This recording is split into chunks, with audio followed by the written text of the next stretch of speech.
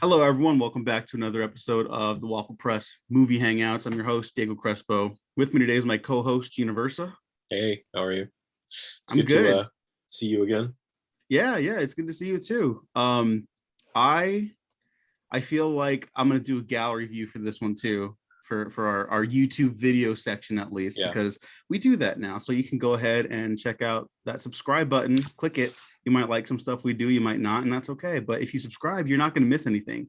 And you're really not going to miss anything if you hit the bell that lets you know when we upload videos, because YouTube's apparently been really bad about that lately. I actually had a friend ask me, "Hey, are you not posting to YouTube anymore?" And I said, "No, we've been posting more consistently than we ever have."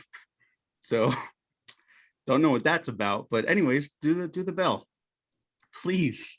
Anyways, but there's other good news today that we have to talk about. Like, we have a very special guest, Gene, my Mhm. friend Sarah Sorrentino, not Sora Sorrentino, Oh, that's a Sarah good name, though. Sorrentino. I should change my name. I think now you have to. You're fantastic. You have so Mhm. much to talk about, and we have so much to talk about. But first, talk a little bit about yourself. There you go. I almost had word soup there. You're doing great. I'm Yeah. Sarah. I am an editor. I watch movies sometimes, but sometimes I forget. I run a website called Film Cred. Mhm. I have a podcast called Sequels, and that's basically it. I'm just, I'm a person on the world, in the world. Yeah, you're a person. You're a very funny personality on Twitter, which is like, I know it's probably not what you're trying to do. I think it's just you just like you're So, very cordial and friendly, but then you also don't put up with like film Twitter bullshit, which is like great because you need I less try people to to think do that. before I tweet too. Yeah. that's a very good policy. You always want to do that. Mhm. Yeah, because a lot of people don't. And you mentioned Sequels, which is definitely one of, if not my favorite podcast to listen to, apart from my own, of course, which is also great. I gotta show the Sequels rep on the YouTube. Yeah. There you go. But yeah, how have you been? We haven't recorded together in a while. We kind When was of the last time we recorded together, you think? Dragon Heart. I think on this podcast it was the Digimon one. This podcast was Digimon for sure. I believe that's Yeah. the last one you were on, Sarah. Which is like a distant memory. I don't even remember what that movie Oh. was about. and then Dragonheart for Sequels. Yeah. Weren't you on We Forgive You with me? Yes, but that was definitely before Dragonheart. Yeah. Well, which episode was that? It was Escape from LA. Yeah. Because I remember, because you were like that one scene where Kurt Russell's riding the surfboard. You wanted that like on the shirt. I still want that on a shirt. It's a great look. I'm sure it exists. What a scene. It's such a good scene. It looks beautiful in a weird. It really does. Way. I mean, it's good. Out of all the problems for that movie, I don't think that's the surfboarding one. That's the one. Oh no, that's not a problem. That was the best it got. No, I go to bat for that ending. I think that's one of the best movie endings, and like I like that movie, but that ending is just like, oh hell yeah! Like I just want to like walk out and do the middle finger to everyone I hate and be like, I still haven't seen Escape from New York. You'll love it. Oh, I have it saved. It's on a watch list. I think it's on a watch list on like HBO, right? They still have it on HBO Max. So I've got it saved. Like, okay, Sarah, you're gonna watch this, and I have not watched it. Well, right. Sarah, you're not a fan of scary movies, though, right? So you're not like super into John Carpenter's like whole thing. No. I feel like I have. I think we talked about it on the podcast. I have seen some other John Carpenter films, but I couldn't tell you exactly which ones. Okay. And he's a little bit different. He's not. I don't know. His horror films don't seem too like out there for me. Like I feel like I could watch them if I wanted to. So older horror films are a lot easier for me to watch. Gotcha. Okay. Less realistic now. It doesn't look like something happening at this moment, so I can handle it. Yeah, instead of The Thing, you could watch The Thing from Another World, the movie it's remaking.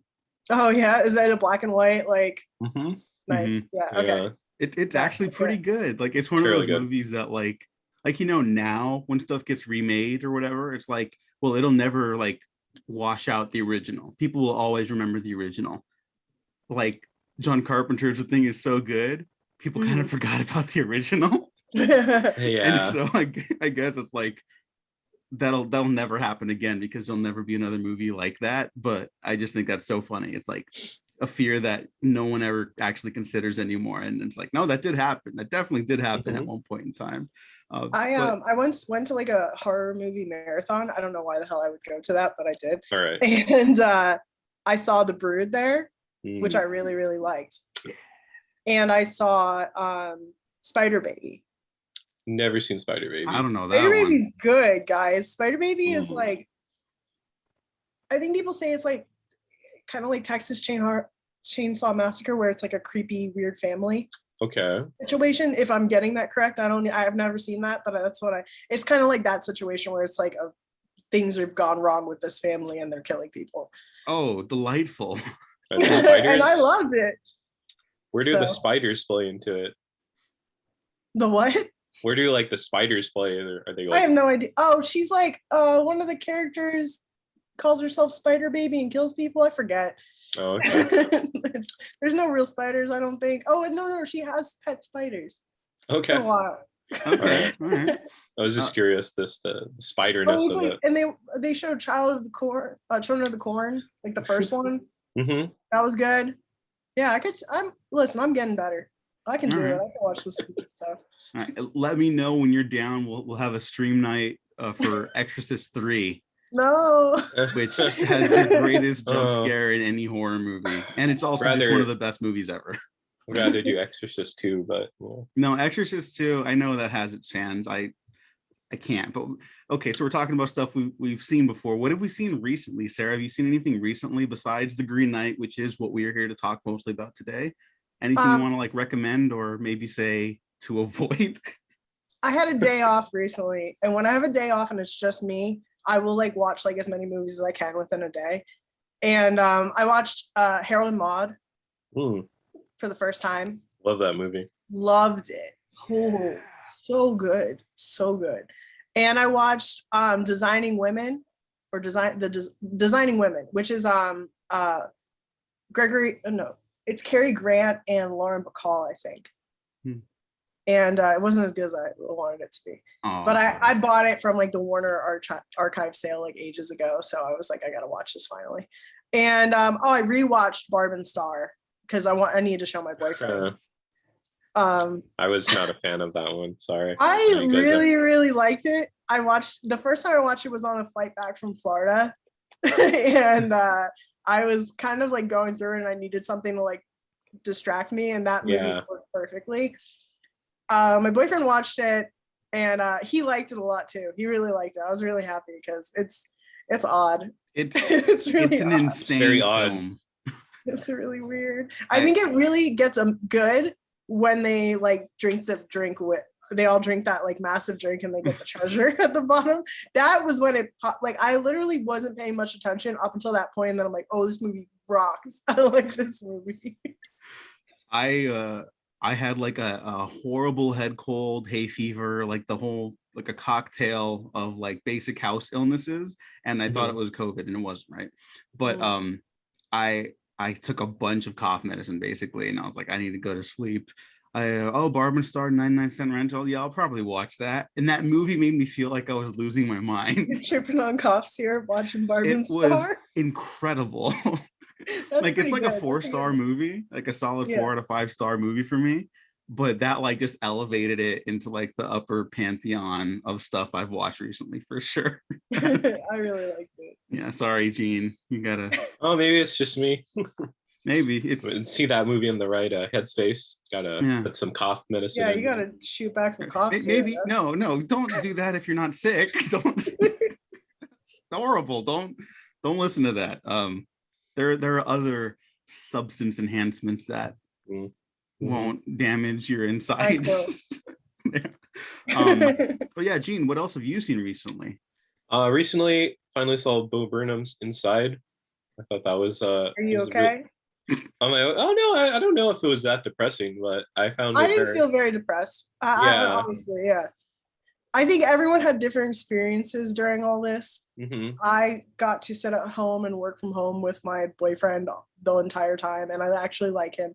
So, I built a bond with his cat, so we're friends now. That's There cool. you So like for me, it was like, okay, I could. This was a window into what other people were experiencing, a heightened version of what some other people who were experiencing. That's interesting Yeah. to see. But I didn't have a breakdown over it. Okay, that's good. Yeah, I didn't either. So yeah, I would I don't know. Yeah, it was just a lot of the songs got me, just laughing, and just found myself I don't know, I found it really funny. Sure there's some heavy themes, but for the most part I thought I really enjoyed Bo Burnham, so Me I too. was I was really enjoying it.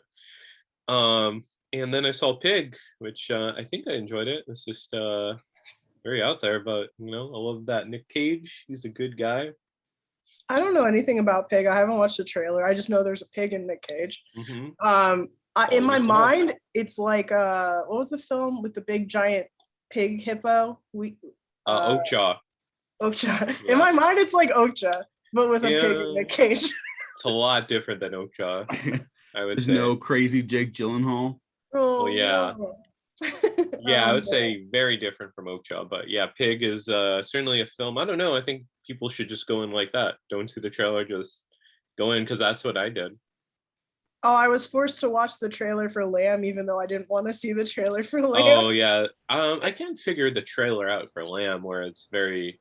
I'm not sure if it's like comedic or if it's terrifying. I have no idea what the fuck is going on. I mean, somebody had sex with a sheep or whatever, but yeah, but otherwise, I was like, it started. I knew what it was because Film Twitter had been talking about it. Mm-hmm. And I was like, and as soon as the trailer started last night at the theater, I was like, I don't want to see this trailer. I said to my boyfriend, I'm like, I don't want to see this trailer.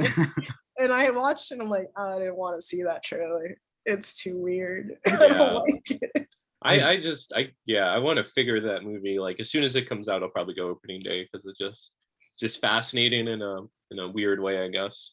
Yeah, watching, because I saw The Green Knight yesterday. Yes. With Gene, and I saw the trailer on the big screen for Lamb too. I'd seen it on Twitter and I was like, yeah, it looks like an A24 weird movie, whatever. Mm-hmm. And then watching it on the big screen, I was like, and I'm definitely not a guy who's like, the theater is the only way to experience movies. No, I'm definitely not that. But I will say, like, seeing a trailer projected on the big screen, at least, like, it's just so different. Because like the compression algorithms, like they crush like all the hard work people put into making movies look good, and then on the screen, like Lamb, I thought looked like so good. On Twitter, I could scroll past it. I was like, yeah, I'll probably check that out. But that like really got me that time. So I wanted to hop off. You guys get a Dune trailer? Oh no, we didn't. Well, we got there kind of late. Yeah. Well, I saw the new one in I saw the IMAX preview of those 10 minutes. Yeah, so I did see that new trailer. It looked pretty amazing. Yeah, definitely. I was hoping they would play the trailer before Green Knight last night, and they did not. But I heard some people did, so that's why I was kind of hoping y'all did. That's a trailer that plays well anywhere, I think.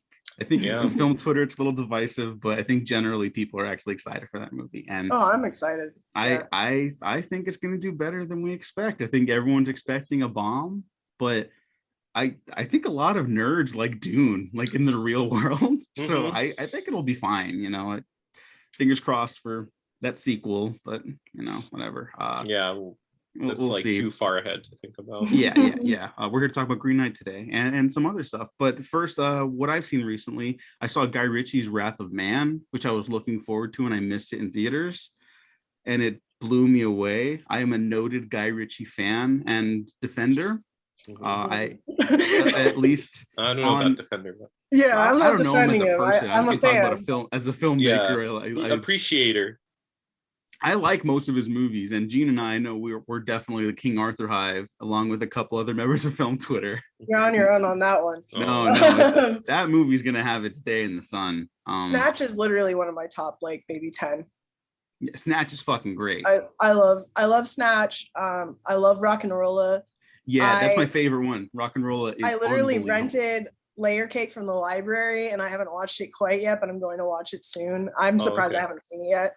But I fucking hated King Arthur. Oh no. Y'all. That's like the opposite of what I wanted. It's like the opposite of Green Knight. It's like the anti.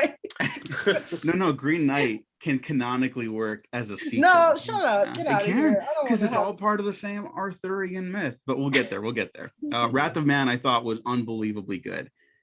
It, like a lot of movies this year, I'm kind of like, they're the ones I'm watching, like at least like are fine. The ones I finish, I'm like, all right, cool, thumbs up, right? Every once in a while I'll get a Mortal Kombat or something like that, where I'm just like, everyone Yeah. lied to me. But this movie, it felt like it like shook me, and I was like, that's a fucking movie right there. Like, I think God, like it. it's vicious. It was really angry, and Mhm. I didn't know he had that in him, quite frankly. The anger, yeah. Yeah, Who but it knew a didn't white leave me man had like, anger within him.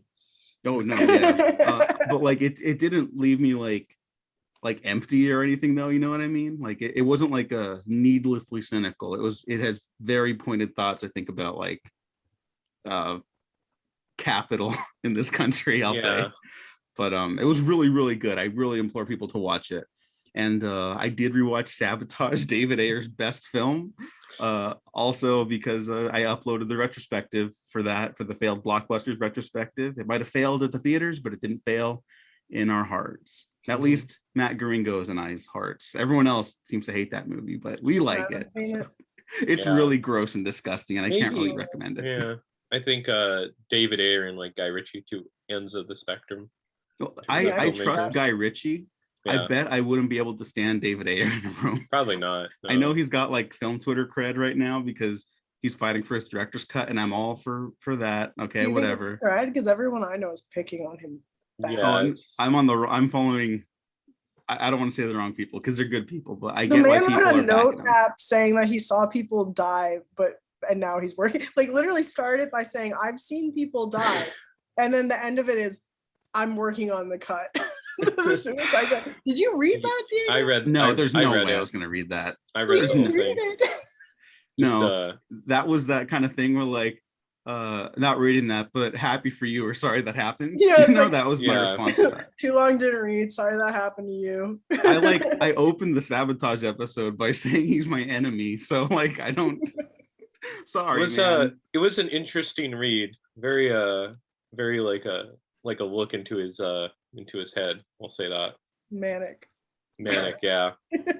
Absolutely Manic read, yeah. Well, you know what they say. I don't know. don't But know I what also they want to say. just mention that I saw Old, and I really loved Old, and that's kind of a can of worms at the moment because Shyamalan films always seem like they have a lot to talk about, whether you love them, hate them, or fall in between the middle. And I kind of want to start talking about film cred and The Green Knight. So I'll just say, I think it might be one of his like top 5 best films. So Film cred Discord agrees with you. It seems yes. like Yes. they're all saying Old is one of their favorites, as far as I've seen. I haven't even watched the trailer for that either. There's an old beach. That's cool. Have fun. The cover reminds me of a Goosebumps cover. totally does does. it? Huh. Yeah, Mhm. yeah. But like I love that poster. I it's want good, that yeah. poster. Yeah. Yeah. I'm not really like a collector guy anymore. Like I have this fucking this old You got Star that Wars guy? mug thing with for the little straw hole in the top, right? Oh. And like I Oh. just had it in my room. I didn't clean, and so it's been in the background of a couple episodes, but like I didn't do it on purpose. I don't care. But I want that old poster so badly. So I did this curtain full of cat holes on purpose. Just in oh, I case. thought that was like an aesthetic thing. I It's was aesthetic, like, oh, that's yeah. really cool. It's Yeah. the cat's aesthetic. That's what he Mhm. wanted. Yeah, I had to kind of usher my cat out the room because she's having a little tantrum because she saw another animal in the backyard. Oh no. And so she's like, let's fucking go. So, but yeah, I guess that's all we've watched recently. No other movies or TV shows on planet Earth have occupied spaces in our brains. So go check out what we recommended. I don't think we talked about anything we didn't like, right? Designing like- Women. You don't gotta watch that. Okay. Yeah. Yeah, go watch everything else we mentioned. But Sarah, you've worked on film cred for just over a year at this point. Can you tell us a little bit about it and what you guys do there? It is a normal film criticism website. Well, there's reviews and like features and stuff like that from any writer that pitches us an idea. Kind of the only unique thing really is that we kind of made a point of giving newer writers more of a chance. I've seen a lot of sites where they get a lot of pitches in the inbox and they don't respond, or they're like, okay, we already have that, we don't need to respond to them. So the writers end up sending out a lot of pitches and never hearing back. It's like the job market. You apply to like 8 places and nobody tells you why they didn't hire you. They just say thanks anyways, at the most. So I thought it would be a little bit more useful for editors like me to actually respond and to give constructive criticism. Once we accept a pitch, we actually like go through and do tracking changes. So we're not just making the edits and publishing it as is. We're actually showing the writer what they need to change and why. And they can debate us. They can like explain why they wrote something new. It takes longer, but the process puts out a better end result for someone who needs those samples and like on their portfolio. So kind of my goal is to help develop writers so they know what they should do when they're going to other places, and create samples and stuff so they can get published elsewhere. And it's working out good. We have about 130 people in our Discord. So that means people who, I mean, maybe only 3 of them. I mean, Diego, you're in there. You don't check it, but you're in there. Maybe only like a handful are not writers. Most of everybody is a contributor. So in a year, I mean, we've published like, I don't even know how many articles we published actually. Sometimes it's like 3 a day on a weekday. So it's like 20 times 12. It's a lot. I don't want to talk about. I'm having panic attack. No math. No, this is a no math podcast. I need to put that like in a banner board or something like that, because math just intimidates me. I don't know how I've ever passed math class. It doesn't make any sense to me. I hardly did. And then we started paying a few months in, so we pay everybody who writes anything and gets published on the site gets paid. And yeah, it's just stuff that I'm working on. We started a shop so I could help pay more. We have a Patreon, things like that. Yeah, I love Film Cred, and I'm not just saying that because I have you on this podcast, but like I think what you're doing is really great, because the film critic space gets a little, not just like antagonistic at times, because sometimes that can be a little fun, but like it is hard for people who don't have like a space to hone their voice or like to get noticed on a larger public scale, because you always hear like, well, start your own blog or like post on Letterboxd regularly, whatever, right? Like I think Letterboxd is more recently anyways, but like that's not enough all the time. Like it's always frustrating. Hard. Yeah. Like, especially if like you have your own, I know people that have had their own blog for years and only have published to their own blog. And some sites will just be like, oh, you've only wrote for a personal blog, I'm not even going to look at your samples. Or someone's been posting on Letterboxd and has great things to say, but they never published to a blog or a Medium or anything, so they never tried to write a full review. And again, Letterboxd link, you're not going to set a Letterboxd link to like Collider, like it's just not going to work. So yeah, I wanted to find like the middle ground. Like there's a stepping stone between only posting to your personal site and actually getting posts to a real site. And there is also something to the fact of I was paid for that. That gives you more credibility in the end. So I was like, if I can pay, then hell yeah, let's figure that out. And we did. And it's, I pay a lot out of pocket, but like I'm doing good. I'm financially stable. So yeah, it's cool. I think we've helped a lot of writers. But again, my goal is not to like become like a monolith. It's literally just to try out some new ideas and have people go to other places. It's a stepping stone. It shouldn't be like the end all. You only ever write for Film Cred, because this site's not ever supposed to be like the next discussing film or anything like that. Yeah. No, that's really helpful to a lot of young writers, because yeah, just like the blogging thing, it's like like working in film, where they're just like, yeah, work for free, and then you put enough on your resume, and eventually I guess someone will hire, but sometimes that doesn't work out. So that's good to like always help developing people.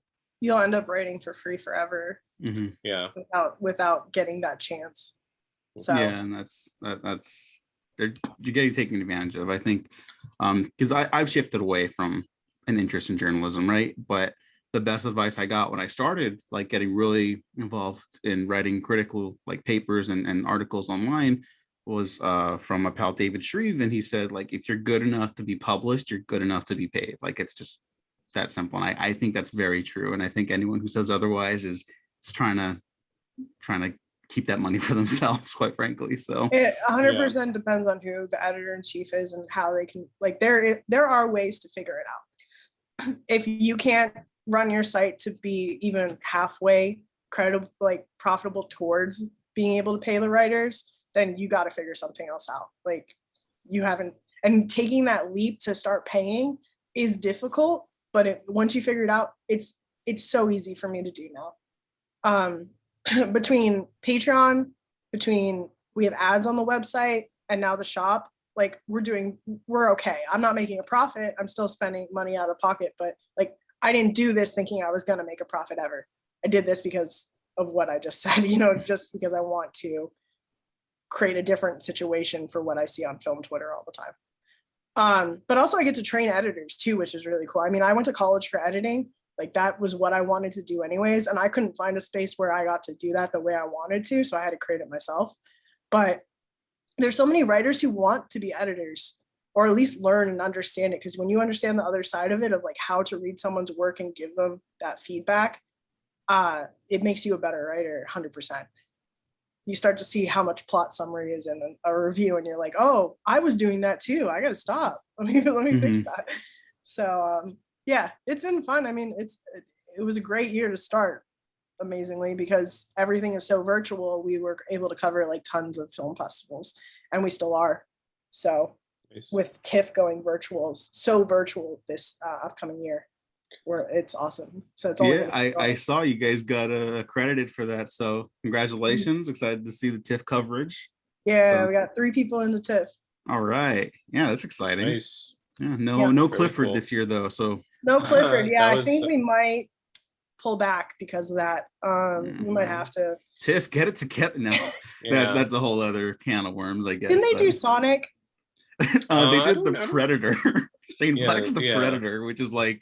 No, there was a kids movie they had one year, and it was like a Clifford. It was like Oh, I don't know. I feel like it might have been Sonic now. I don't know, guys. That would be amazing. Well, I don't know. I think with Sonic, might not have been with all the like changes in his character design and all that crazy stuff.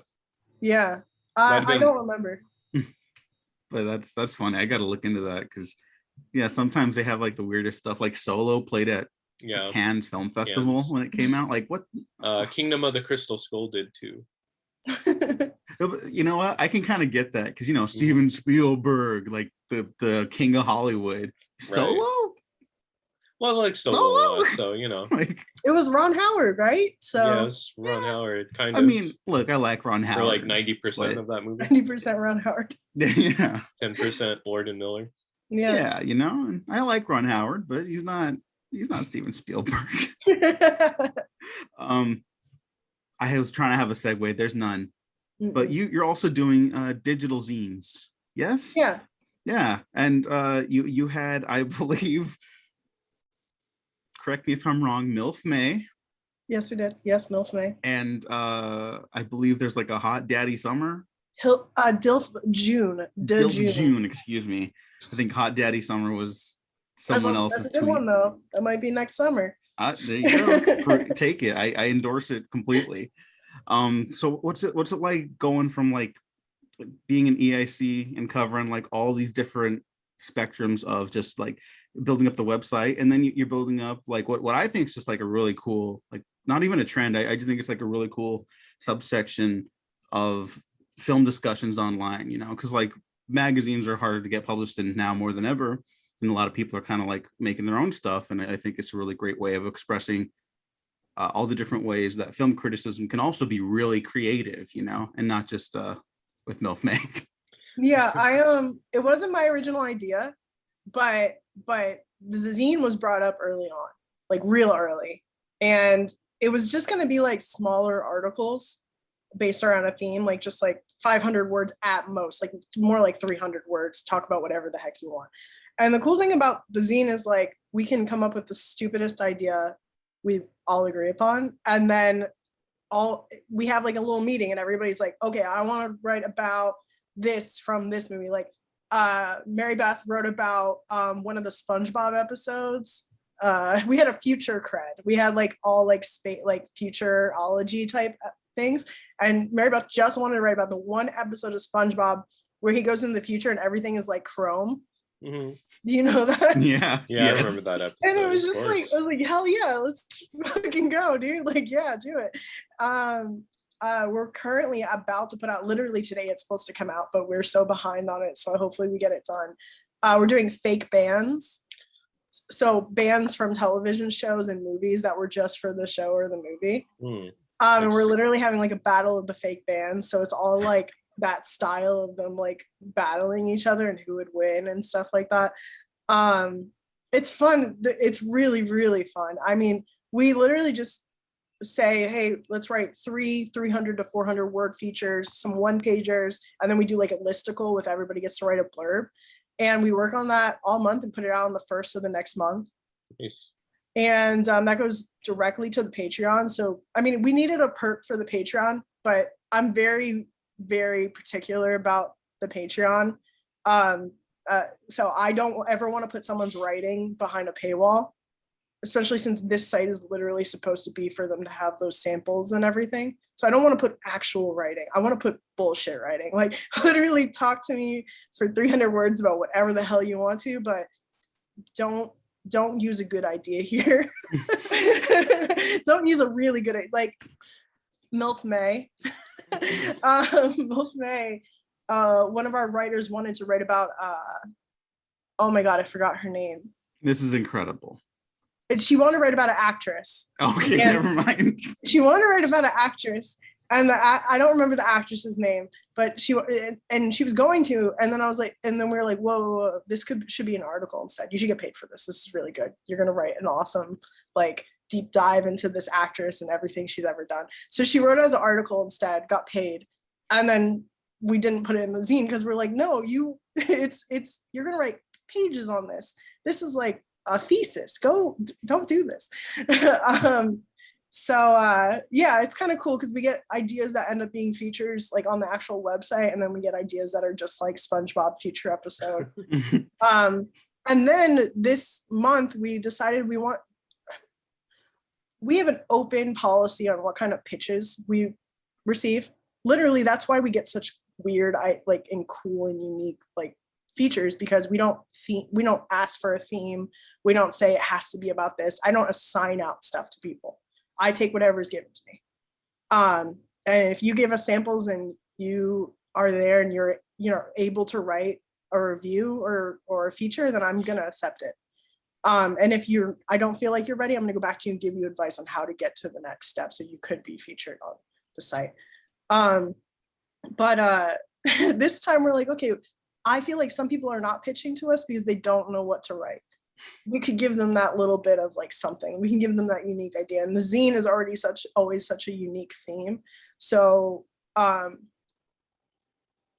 editor, Alex Fernandez, Alex, who was on my other podcast, We Forgive You, had the idea of like kind of asking for pitches that can help promote the zine, but are actually going to be features on the website from new contributors. So we basically went on Twitter and said, this is the zine's theme. We want we're going to accept 3 pitches that match this theme and put it on the website. Kind of like cross promote, I guess. And we got such good pitches because it's like, again, fake bands. So we wanted like the most niche, like fake band you could think of. We got Bratz, the Bratz movie, like we got the band from Buffy the Vampire Slayer. Mm-hmm. They always played at the club and like the first. Oh yeah, from the Bronze. Oh my God, it's so good. And I honestly forget the last one. It is it's 2+ Together, which was an MTV band in their first like mockumentary that became a series of a boy band like a fake boy band. I'm And not you know what? familiar. They should have never gave me money. That's the real issue, is that I make money and I spend it on random ass articles for this website. But yeah, it's gonna be really cool. And we're gonna be publishing those pieces from brand new writers who have never written to us before throughout August. So that worked out really well. I'm pretty excited about that. No, it sounds super exciting. And Yeah. Before we move on to the Green Knight, how can we support you? You mentioned the Patreon. You take ads on the website. Those like the primary ways of supporting you, besides also the shops to buy merch, right? So the Patreon's cool because it's, if you pay $5 a month, you're gonna get all the zines. That's how you get access to the zines. It's $5 a month. And then anything less than that, you get on the thank you page, like, thanks for contributing, but it's $5 a month if you want the zine. That's the deal. Because we have an actual, Ray Sumlin is like an actual graphic designer who works on those. They look awesome. Have you looked at them? Yes, you sent me the very first one too, and Yeah. I thought it was really cool. They're beautiful. They're absolutely beautiful. Yeah. And then the shop just opened. Shop, look at this design. Isn't it cool? I like it. Yeah. I bring love back the 3D glasses. Yeah, because we have a kind of like a 3D thing going on. So, but that was also designed by Ray. So we just put the shop on the website for our first anniversary. It's done really well, and we have stickers and we have another shirt. We're gonna keep on putting out stuff. We're working on a hat right now. Yeah. Like a baseball cap. Oh. That's really it. If anybody's watching this and wants an ad, I'll talk to you about it.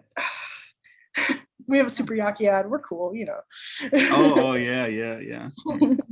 Although the competition when it comes to the clothes, or no, maybe you both elevate each other. That's no. We're not going to try to do what they're doing. They're freaking awesome. No, we're just literally just keeping it on our brand for sure. I have my Kathy Yan support shirt over there from them. So yeah, I'm rocking all. I forgot to wear my Summer of Dev shirt. I forgot. This is good because your trauma will remind me to wear my fan of Kathy Yan shirt on Tuesday when Gene and I go see Suicide Squad early. So don't be like me, please. No. I was so upset. I will take pictures. I washed it. I even said in the group chat, hey, I have to do laundry, #DoItForDev.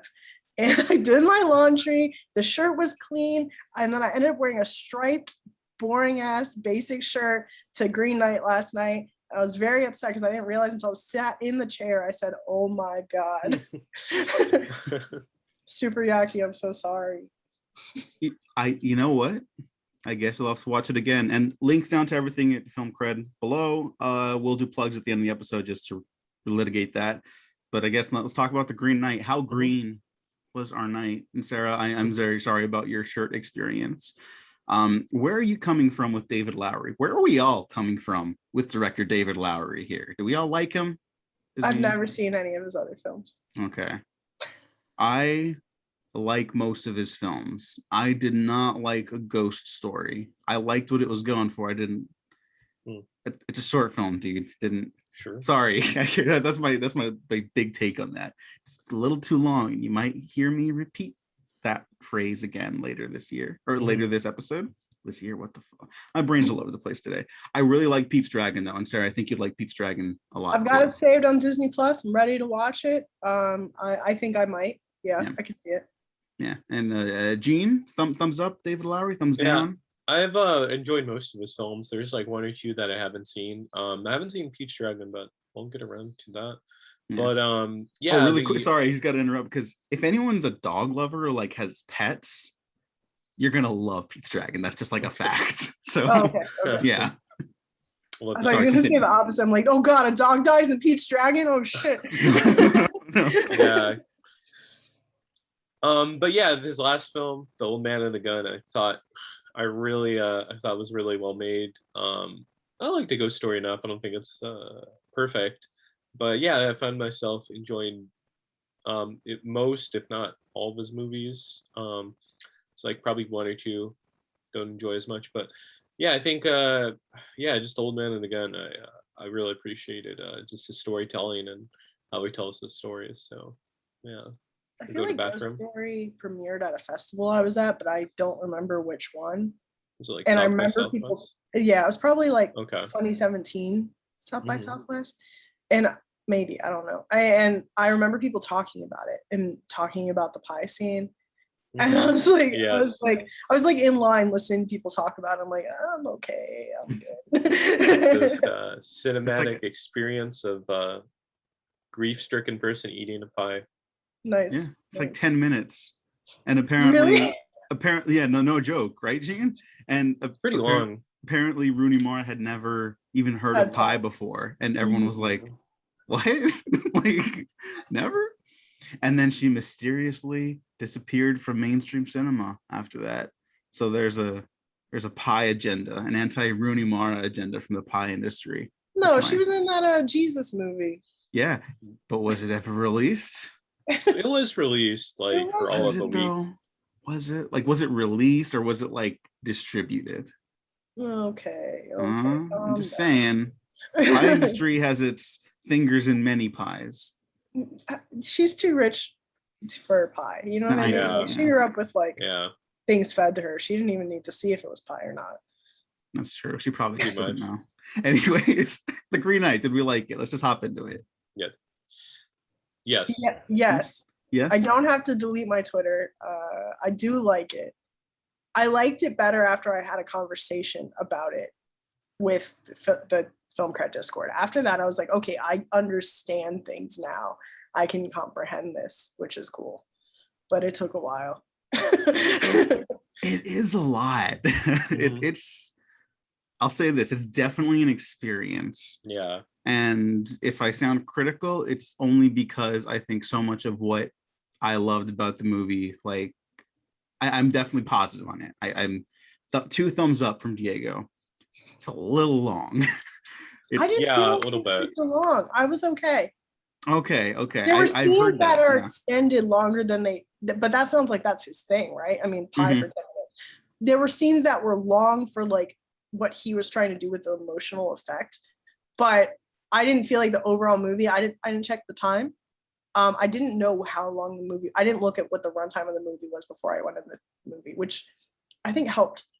Because usually when I know how long a movie it is, I'm like, oh, this is gonna take forever. Has it been an hour yet? Has it been an hour and a half yet? Where are we at here? No, I was okay. I was okay with the length. I would agree with what you just said about like the actual like overall story. I don't think is too long, and it's not even the full Green Knight story, which I'll talk about. Is anyone else familiar with the actual? I am, after people explained it to me last night. The actual like tale or the actual tale by I had to someone read it, who probably. was forgotten by history, unfortunately. Right. Yeah, I had to read it in college or elementary school or something. Yeah, I mean, I'm not going to be like one of those people like I love all three, and like I'm interested, but I definitely didn't read it before the movie was coming out, or at least I knew it was. And then when it was coming out last year, I was like, I'm gonna get into this. I love like all this round table Excalibur shit. I just saw Excalibur for the first time earlier this year. Whoa. I think I'll love it. Zack if you watch favorite movie. It's Zack Snyder's favorite movie, and when you watch it, you're just like, oh, everything makes sense now. Okay, cool. But yeah, so I read the Green Knight story when the Green Knight was coming out last year, and then it got pushed back, and I was like, well, now I'm just gonna sit with this information and whatever. And it's interesting. It feels more expansive than the film, which is weird to say because the film is like so big at times. Yeah, but it's also like a much more like subjective tale about Sir Gawain. You know, like it's very much his experience, and that it made for like a very different experience from the story and the movie. And I think that's cool. That's a positive for me. I don't need the same experience replicated. You know what I mean? I just it's an adaptation too. Yeah, you know, so like liberties are going to be taken and stuff. Like there's no like giants in the story. You know, this is a much more like fantastical iteration of that story. And it's cool. It's very cool. I guess we won't get too heavy into spoilers right now, but we're all thumbs up. Yes. Yeah, of course. Yeah. Thumbs up. So now we will just get into spoilers then, because I guess if you're interested in the movie, we all like it, go watch it. Just know that it has like a glacial pace, but it's intentional. It's not, I don't think it was an accident that the movie moves slow, and I think it pays off really well. I think the ending's like perfect for this story. I found some moments, and again, this is like where I'll talk about specific stuff in the film, right? Where like he's caught by the bandits, Barry Keoghan, the guy from Dunkirk and Killing of a Sacred Deer, who's one of my favorite character actors right now. When they leave him there to die, and they leave Dev Patel there to die, and everyone's like, no, not Dev Patel. And the camera does this cool thing where it shows the passage of the seasons and time, and then it wheels back around to him and it's a skeleton. I was like, wow, what an incredible like display of technical showmanship. I would have absolutely asked the director to cut that out of the movie, because I don't think you needed that, but it looks amazing. You know what I mean? I was talking to my boyfriend about this last night, where he was like, why did that happen? And I think that it was necessary for me, because it's kind of a foreshadowing of what happens later with him when he sees his life go in one direction and he makes a decision to do it otherwise. It's literally what happens. He could have just laid there and became a skeleton. He made the conscious decision to not do that and to go scuffle over to the sword. So I needed that to understand that this is like a mechanic of the story that could happen. Like things can shift, like he can make a different decision and change the outcome. So that's why I took it that way. And I liked it because it's very, very mythology feeling. Like it's very like, it reminds me of like those kinds of stories. Like that was something so much very like, I really like Celtic mythology. I've never read this story before. I focused almost everything I ever did on like, I only want to read about Morgan Le Fay. Fuck yeah. Like if Morgan Le Fay is doing something. However, I didn't know Morgan Le Fay was part of this story. Yeah. And I want to talk about that. But that was so cool. But I didn't know anything about this. Going in as blind as I did was really hard though. Because I went in blind, my boyfriend went in blinder than that. And it created a lot of confusion. And I think some of that confusion is actually not even solved when you do understand the story. Yeah. I want to hear from you too, Gene, but like we had a discussion coming out of the theater, and because Morgan Le Fay is not like the revelation that like she's kind of the one that calls the Green Knight and stuff like that to the trial to make it like a trial for her son. That's like kind of, because it's written old. I would be lying if I said I had like a full 100% understanding of it, but like I definitely have an interpretation of it where that's like an accident that wasn't meant to hurt her son. It's meant to hurt everything Morgan Le Fay kind of does in the story is about like, you know, hurting Arthur and like getting power for herself. But yeah, and she's like a fascinating character in literature, and kind of weird that she's not like known as like one of the better antagonists and stuff. She's one of the greatest. Yeah, 100%. like but I think we were talking last night in the group chat. We were talking about how it's not just her characters that obviously has to be mixed with another character. In some stories, King Arthur, you know, she's his antagonist, but also in some stories, his other sister, which is her actual like blood related sister, has a child, and then like that child, she wants that child to become the king. So it's not that he wasn't in line to become the king, but it was more like she might have been doing things to develop her son to become king. Stuff like that, or to like get in good favor with King Arthur, so that happens. Things like there's something there, but because it's not so, he doesn't make any, like the director doesn't make any like reason for it to act. He doesn't explain it. He doesn't make it. Yeah, there's no like aha moment. While it's 100% cool to see Morgan Le Fay doing magic, like, and being like pagan and like being, you know, a woman of color other than white, that was so fucking cool. I wish they did kind of explain more of her purpose for things, because I would have liked it even so much more, because it was just, I mean, I wasn't even sure it was her And then when I realized it's her, as the magic was happening, I was like, oh, fuck yeah, hell yeah, Morley Faye. I was so hyped. I genuinely got excited in the theater. My boyfriend had no idea why I was excited. I'm just like, yeah, Morley Faye. I think it's because it's a melding of characters, though, which happens all the time. Every different, like, even in the books, like any adaptations, even like in the stories itself, Celtic mythology, they always make like a conscious decision of like, okay, who does King Arthur have sisters? Does Mordred exist? Like all this kind of stuff. They always switch stuff around. It gets really confusing. Yeah, and also we should say that like because the King Arthur narrative and like the whole Camelot mythology as a whole, you know, like there are some like historical scholars who are like, well, like a variation of all these stories did happen, but it's just someone's interpretation, yada yada. What's so awesome to me is that like in that time period, you could have just been like, oh yeah, there was another knight at the round table. His name was Sir Gawain. And then it's like, okay, that's just part of history now. There you go. That's all you needed. I just think that's really cool that stories could work like that. Yeah. And but the point I wanted to make was that like I was really caught off guard, like, oh, they're just showing their cards with the Morgan Le Fay stuff like right off the bat. And yeah, I definitely do wish there was a little more like explanation there, because I do like the ambiguous nature of the story, even to the ending point, which we'll get to. But it, to me, like the written story is kind of about like what it means to be a man of your word. That's like the baseline message of the story, right? You have to be a man of your word, and like the truth will set you free, kind of thing.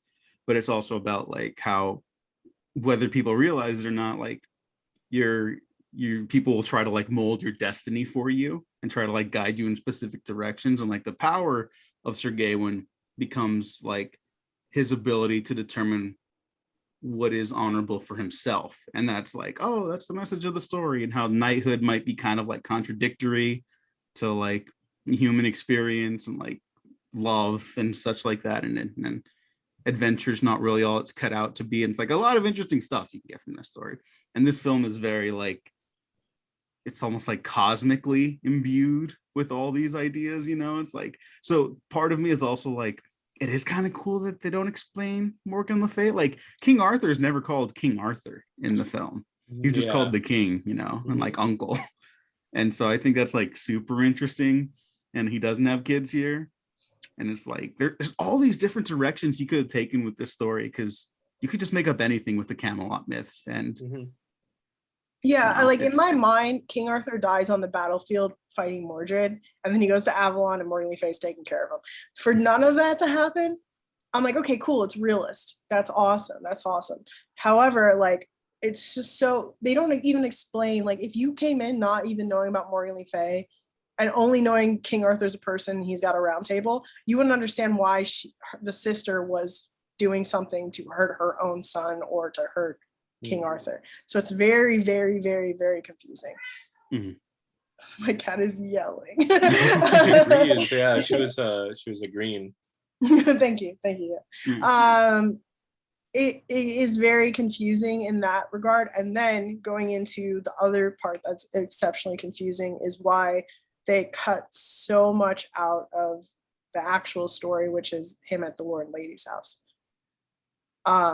They made it very, very short, and they didn't even keep the same kind of kissing mechanism.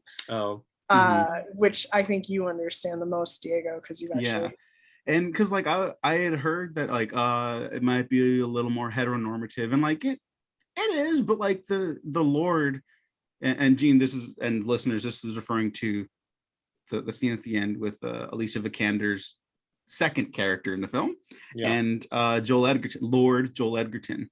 And he definitely still wants to like fuck him in the movie, but right? isn't Like that opposite? Like, isn't Dev supposed to kill Joel? Like that's the purpose. In the original tale, or in the original tale, he is kissing the Lord because he is giving the kiss from the lady to him. Right. Like, what he received is being given to the Lord. There's supposed to be 7 kisses passed back and forth. Yeah, that's correct. Yeah. And he it is much more homoerotic. Like significantly more. Yeah. And I think it plays fine in the film. Like I like the way it plays out differently there. I I'm don't agree. I don't get it at all. I don't understand what the change. I feel like the change completely confuses and gets rid of the original purpose. Oh, okay. Does he kiss her during the hand job scene? In the film? No. No. No. He doesn't kiss her at all, right? He kisses her on the cheek. No. That's earlier though. Yeah. He kisses her on the cheek earlier. Then they make the deal. Then she does that. And he doesn't. He neither gives Joel a hand job nor does he kiss him, and he doesn't give him the sash. And Joel kisses him. Yeah, it gets rid of the whole game. It just confuses the hell out of it. And I don't. No, that's true. Yeah. And so, Gene, in the original story, the sash is left there, if I'm not mistaken, right, Sarah? He leaves. No, he still takes the sash with him because that's what prevents him from being headshot. Yeah, he has the sash with him when he's about to get his head chopped off. Okay, that's right. I do agree. I didn't think about that. Yeah, so that does mess up a little bit, like the messaging of like the not just the game, but like his honorable stuff. Get Lowry on the phone right now. I gotta ask. I know. Hey man, what the fuck? David, what's going on? Yeah, because I mean, to me, that ended up making me think like, oh, they're gonna change the direction of his story. He is going to run away in cowardice and he's not going to face the Green Knight. And so when that happened, when he has the whole last temptation of Christ moment, right? Gene mentioned that yesterday, and I was like, oh yeah, that's exactly what doing. That's definitely that's what our chat mentioned too. Yeah, I didn't think that wasn't real until no one was talking for like a couple minutes, and I was like, oh, they're doing that. That's really cool. But I thought it was legit real because he left the Lord like that, you know. Yeah, my argument is that everything we saw was real, but changes are made based off of characters' decisions. So he decides to do one thing, it happens, and then he decides to do something else. I don't think it's a fantasy. I just literally think like that's what we saw with the skeleton scene. Like that happens and then it just switches back. It's like, nope. It's like Twilight. Yeah.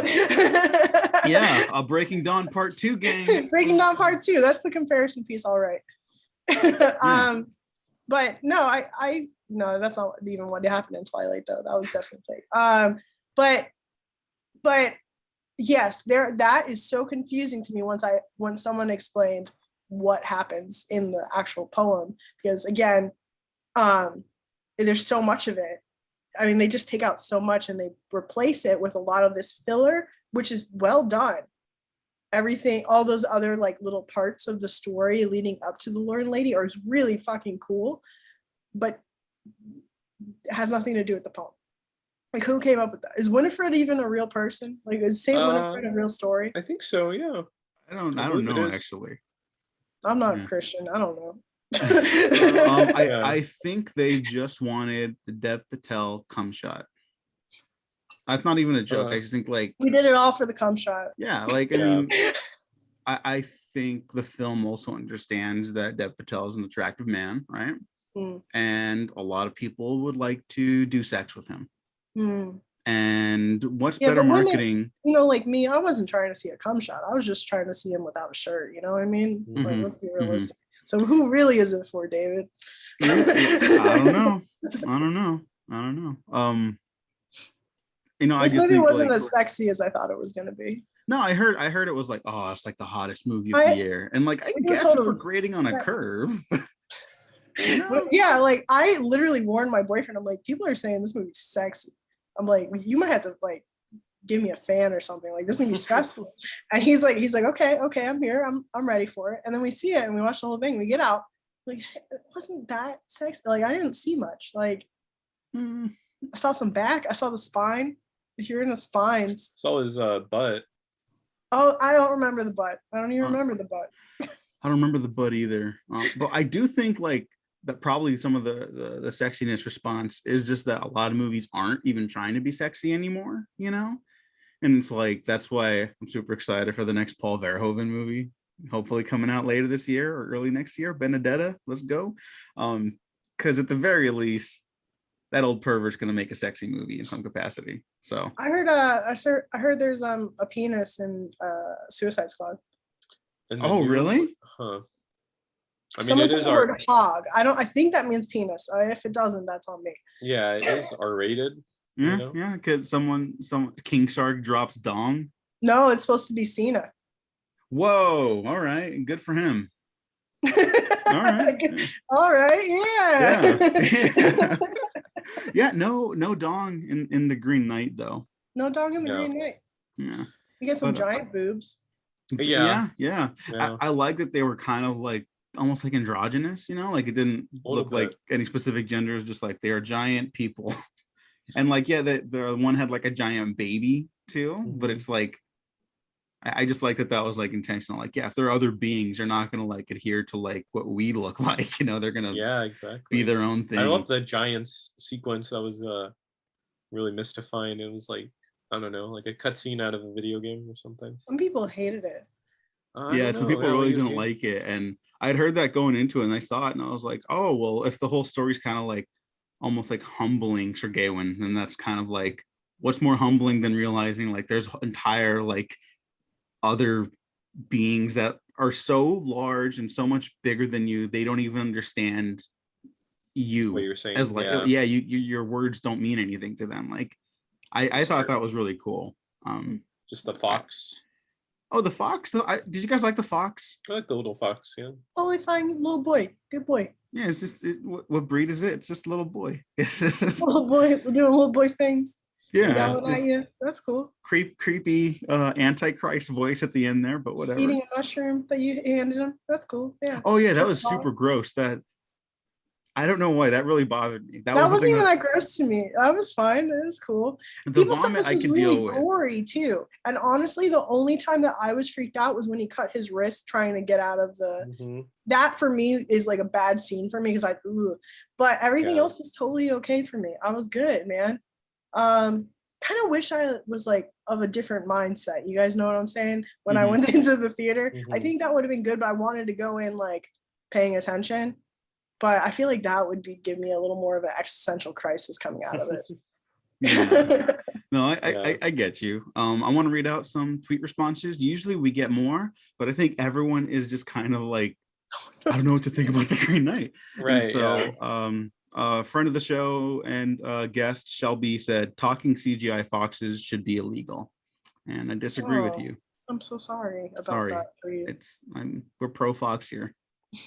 What did the fox say? It said your doom is at hand. Yeah. At Hey Angelo Torres. Hey Angelo. I know it's a Shrek prequel, but that Lord Farquaad cameo was forced. Cool. So these are the kind of responses we're getting. Yeah, at Darn That Dave, when I said I think about the Green Knight, he said same. So I think everyone's just kind of mulling over like it's hard. What do we think about something like this? It's very weird for a mainstream release, and I'm glad that A24 didn't like throw it under the bus and they kind of stuck to their guns. Part of me does wish it got a digital release because I did want to see it for so long, so badly. But like, right. Well, I'm glad I got to watch it in a theater. They were still trying to release it like during the pandemic, which was just weird, very concerning. Saying it's going to come out August 2020. Our theater was pretty full. Oh, that's good. Yeah. No, that's we went to like West Austin where like it's just hills and rich people. And like people actually went to that theater and saw it. So I was pretty impressed. I think they're gonna have a small hit on their hands, honestly. So I hope so. At least for first-time watches or people who need to rewatch it because they don't understand anything that happened. I've seen it twice, and the second viewing does actually help, or it helped me a lot. So I need subtitles. Yeah, some of the sound design was a little hard of hearing.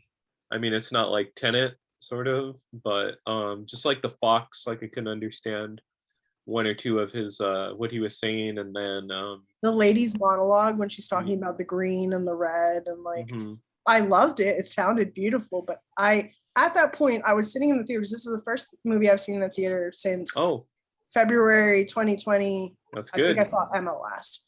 Okay. So I went to the theater and I'm like, God damn, I haven't watched a movie without subtitles this whole time. So yeah, definitely pro subtitles on everything for myself personally. I would have liked it, and I feel like I would have picked up on things. I would have known that was Morgan Le Fay a lot faster, you know? Mhm. So that would have helped me. Yeah. I think everyone would have found out that it was Morgan Le Fay, like in any capacity. Yeah. Yeah, because Right. they don't like my sister. Okay, cool, thanks. Which one? Like, there's three. One of them you had sex with. Which one is this? Like, But hey, he didn't know. That's the whole yeah. shindig. And he didn't know either. Exactly. Yeah. No. But Yeah, oh, I would have been able to pick up faster. yeah. I think it's a very takes a while to digest, that sort of movie. Which is, I think that's fine. I mean, that's why you could go back and watch it or watch it a second time. And I don't know, I just miss that sort of going back into theaters, like just any sort of reaction to movies, because I mean, people are seeing it and they're engaging with it. Mhm. They engage with it in a frustrating way where like coming out saying this is the worst movie ever. It's like it's a lot worse movies, but that just like people still like trying to decipher it. That's like the fun of theater going.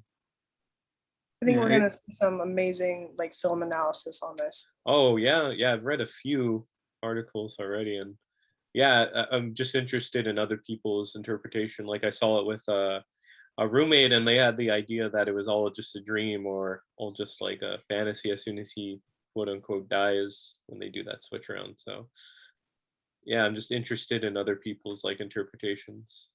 Yeah, I Yeah, think we're gonna see like the all the religious trinkets he gets before he sets out on the journey, and all of that being stripped away before he can actually do the journey right. There's something to that, which is really cool, like especially the mix of like pagan and Christian kind of like stuff to protect Yeah. him.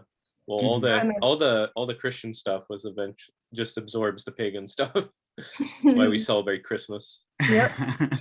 And um, and then I like the fact that he's not white and his mother's not white, and Mhm. like how he's depicted early on. Like we were talking about last night about how he was when he's painted at Camelot, they make him look very white and like very like a real depiction of how that character would look when you read mythology. But then like when they take a photograph of him, it's actually him, and like him like coming into that and not being just another white king of Mhm. a Christian nation. Yeah, Pretty cool. I didn't think about that. That's a good one. That was not my idea. That's the group chat.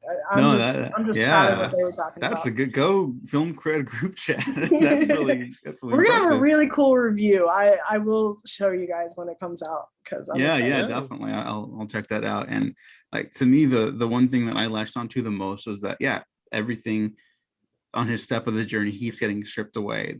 Because he's coming from a background of privilege, but it's almost like he feels like he hasn't, like he's aware enough that he hasn't earned it because he doesn't have any great tale, so that's why he feels the need to step up to challenge the Green Knight, right? Mm-hmm. And along the way, like who is he, like as not just a knight but like as a man, like who is he as a person? And he'll really finally start to understand that when he sheds all of his knightly gains, his almost his lineage at a certain point. And I think at the end that I don't think he'll get his head chopped off. I think that that's a joke the Green Knight tells him when he says, now Right. off with your head, like go away now because you passed, because he finally lets go of like the sash. And that's the last little bit of who he was before. And now he can be who he's really like, who he can be comfortable with. Mm-hmm. That's my He's take on the dead. journey. Let's go with his ego. Mhm. He's dead, dude. Yeah, you think so? 100% think he dies. Yeah, I think Oh. this is a nihilist tale of like literally nothing matters. Okay. I really believe. Yeah. I think the shedding of religious tokens and all that stuff is on purpose because it's saying none of this is going to protect you in the end from death. You're going to just you're going to die. You just decide you want to die now or you want to die later. Do you want to do all this stuff that you're going to do? No, I'll just die now. Well, yeah, I mean, it's really open to like interpretation. Like I think there's no invalid like way to look at it where everything's kind of open-ended in this film. Yeah. Yeah. I also want to say my personal feelings on like how men feel about their legacy and their greatness and like having something when they die, and then the women in the film telling him why why not just be what you are now. is very like a big part of that too. Mm. It's like he could just accept who he is and stay on his course, but he goes after greatness, and like in the end you're going to die either way. So do you want that big legacy that you wanted, or are you ready to go now? I like that reading. Mhm. Yeah, that's interesting. Yeah, if anything, the film allows us to have all these different interpretations and readings and emotions, and most importantly, reminds us that it is in fact Dev Patel Summer. Dev Patel Summer. Mm-hmm. And if that's not a victory, I don't know what is. Final thoughts on The Green Knight, then, so we can all wrap up here. Mhm. I have to see it again with subtitles. I got no final thoughts. I Yeah. have to see it again. I don't know what happened. I have ideas. That was my own personal one. I want to give a quick shout out to Maeve, who's part of our film cred, right, and is writing our film, our Green Knight review right now. I just spouted off a lot of their ideas. The only thing that was mine is the legacy part, with the women telling you one thing and men being another thing. Without them talking to me last night, I would not have understood half of this. Mhm. This is at Neighborly Frog. Gene, final thoughts? No? Yeah, no, I felt like definitely see the movie more than once. That'll help you out. And this is a very again open-ended film, and I think if just going into it with the right mindset is very helpful.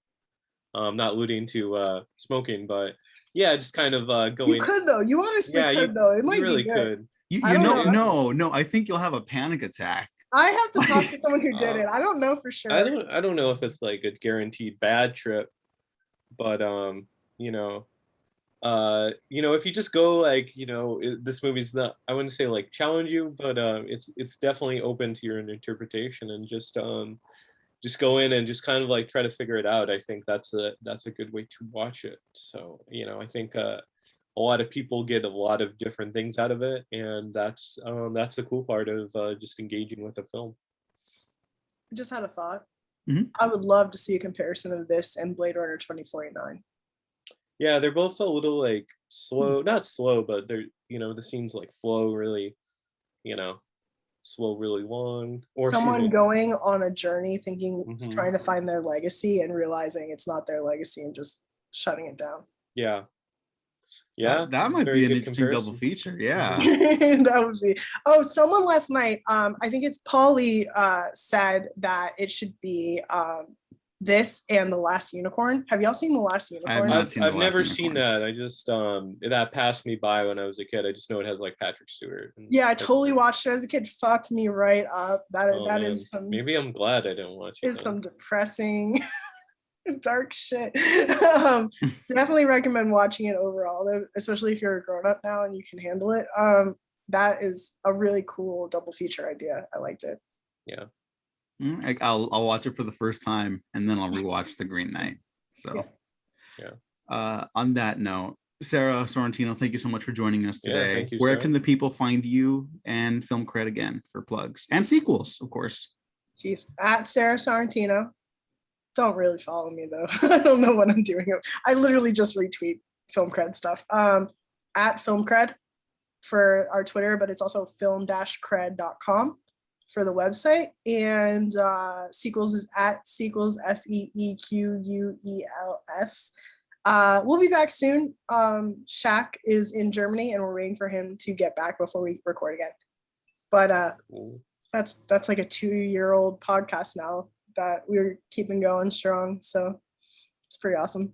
Yeah, I'm waiting for that return, and for when you guys do Universal Soldier Day of Reckoning, because that movie shreds. Oh god. Well, I think the next one we want to do is Lion King 1.5.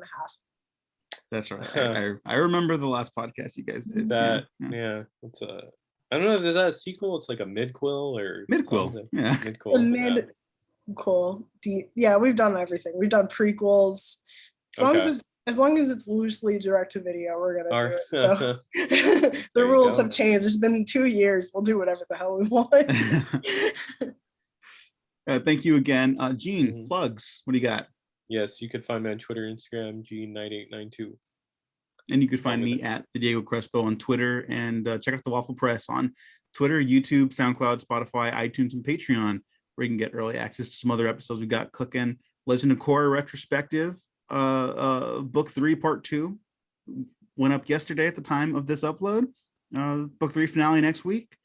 Some other failed blockbusters retrospectives coming up. I'll give one away. We did Speed Racer, so check that out and see if that really is a hidden gem or if it deserves to be a failed blockbuster. I'm not even gonna lie, you know where I stand on that film. It's a masterpiece. But anyways, thanks for listening, everyone. Thanks for watching. We've been professionally unprofessional.